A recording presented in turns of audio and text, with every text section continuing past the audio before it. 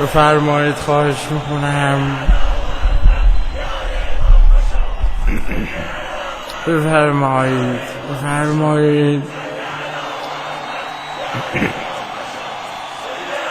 دیگه بشین آقا، بس دیگه.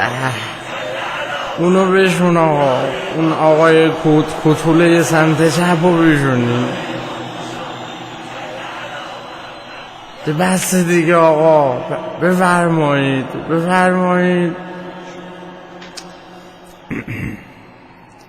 بسم الله الرحمن الرحیم. الهی به محمد و قاسم و جعفر. بابا بذار حرفمو بزنم. بیشین آقا. کفر آدمو در میارن. نون دونه 7,000 تومن چقدر سر و صدا میکنن، چقدر شیون میکنن. ما که نفس هامون به سختی در میاد دیگه. صدای خره حنجرمون همسایه ها رو به صدا در آورده. الان 1 سالی هست که خواب رو از چشم هر تنابنده ای رو بودیم. الحمدلله.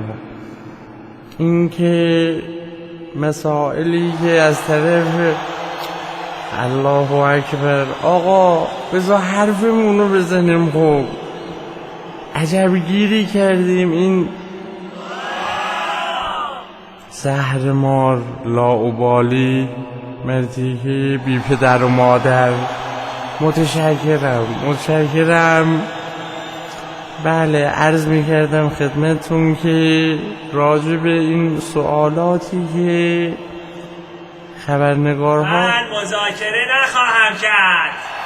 شما اول خودتون رو معرفی کنید. من محمود ادای ابرقدرت ها را در میآورم. والا تا اونجایی که خاطرم هست شما گنده هتون کینگ کنگی بود که اون هم استامینوفن خورد خودکشی کرد. شما که با این قد و قوارت فقط به درد روی چیتوز میخوری. پس ولش کنید میمونو، پس کنید. ملت رو 8 سال اجازه بدهید. حالا اجازه هم که بدهیم حتما میخوای برید دست به آب. محمود بس این کثافت کاری ها. آب قطع محمود. این چه ادبیاتی است؟ این ادبیات نیست، جغرافیه. اجازه بدهید. آقا یه 4 پایه بدید بهش بره وایس اون رو ما ببینیم اقلن اینو. من خادم ملتم. اوه قشنگ. حاله نور، مهوش، پریوش، قلبش. خدا رحم کرد تو دختر نشدی. به سخره بگیری. والله باید کجا جاد میدادن واقعا با اون ابروهای کرگدن کشت. انسان رو یاد شب اول قبر میندازه واقعا. اون حاله نور رو از کجا آوردی گفتی آخه؟ مزخرف گو. حالو، پشمالو، خرمالو، یه حرفایی میزنه مرغ نپخته تو قابلمه میخنده. برنامه بدهید. آمده اید مردم را اجازه بدهید. اجازه بدیم ببینیم دست به آبش رو بره. بفرما. به سخره بگیرید. عیبی ندارد. نتیجه انتخابات در دستان ملت است. اونی که در دستان ملت هست یه چیز دیگریست. واقعا این چیزی که شما دادی دست ملت، ما این چند ساله فقط حرف شنیدیم، اونم با اون ای بابا. آقا بذار مباحثمونو بکنیم. آقا دوست عزیز فهمیدیم. بفرما. بر خرمگس معرکه لعنت. خب عرض میکردم خدمتتون که اون چیزی که این چند ساله دست مردم دادن، اون هم یک کسی که انقدر قدش کوتاهی که دهنش بوی جوراب میده، میاد از مسائلی صحبت میکنه که بن جانسون هم با اون قد 5 متریش نمیکنه. تا کی اینقدر حرفای علیکی مفت چلقوز؟ بذار مردم اون یه لقمه نونشون رو بزنن تو آب بخورن. بابا جان نفت رو نمیخواد بیاری سر سفره ها، همون آب خنک رو بذار گلوشون پایین بره. نفت هم ارزونید باشه، واقعا ما نفت نخواستیم. دوره شما رو هم دیده ایم، دوره اصلاحات رو هم دیده ایم. دوستان میخوان اصلاحات بکنن، شما برید خودتون رو اصلاح کنید.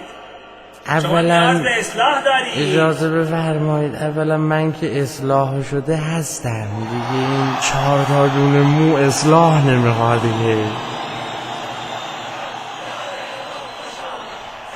انقدر خوش آمد کردن که انسان رو یاد اون حدیث ویلکام تو هتل کالیفرنیا میندازه.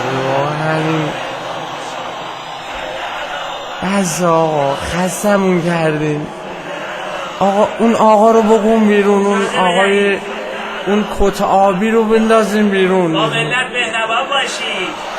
آقا مهربان نوکر من و شما نیستن.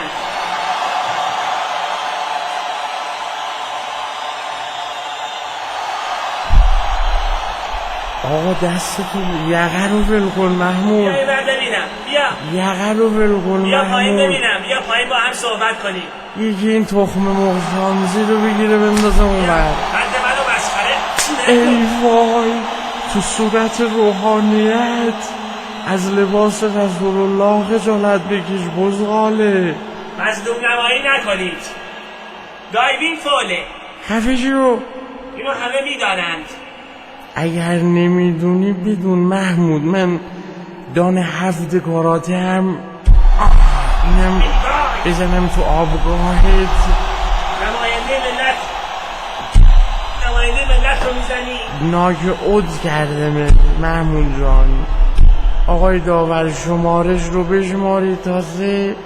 پروردگارا خزعبلات محمل اگر ازش پا نشد من بردم.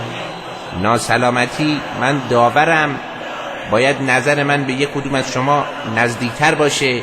تو هم خفی شو بابا. اسکت، لا تحکی، زدی کشتین و مرتی که قلچما. سید من خودم تو رو به اینجا رسوندم، بشکنین دست که نمک نداره. واقعا این عفت هم چند باری به من گفت که این کارو نکن، ولی که ظاهرا چاقو دسته خودش رو برید که هیچی، ختنه هم کرد. یعنی اسکت، بگذاریم. چشم آقا، چشم. امر حضرت عالی، ما هم ذوب در ولایت حضرت عالی. احسنت و السلام علیکم و رحمت الله و برکاته.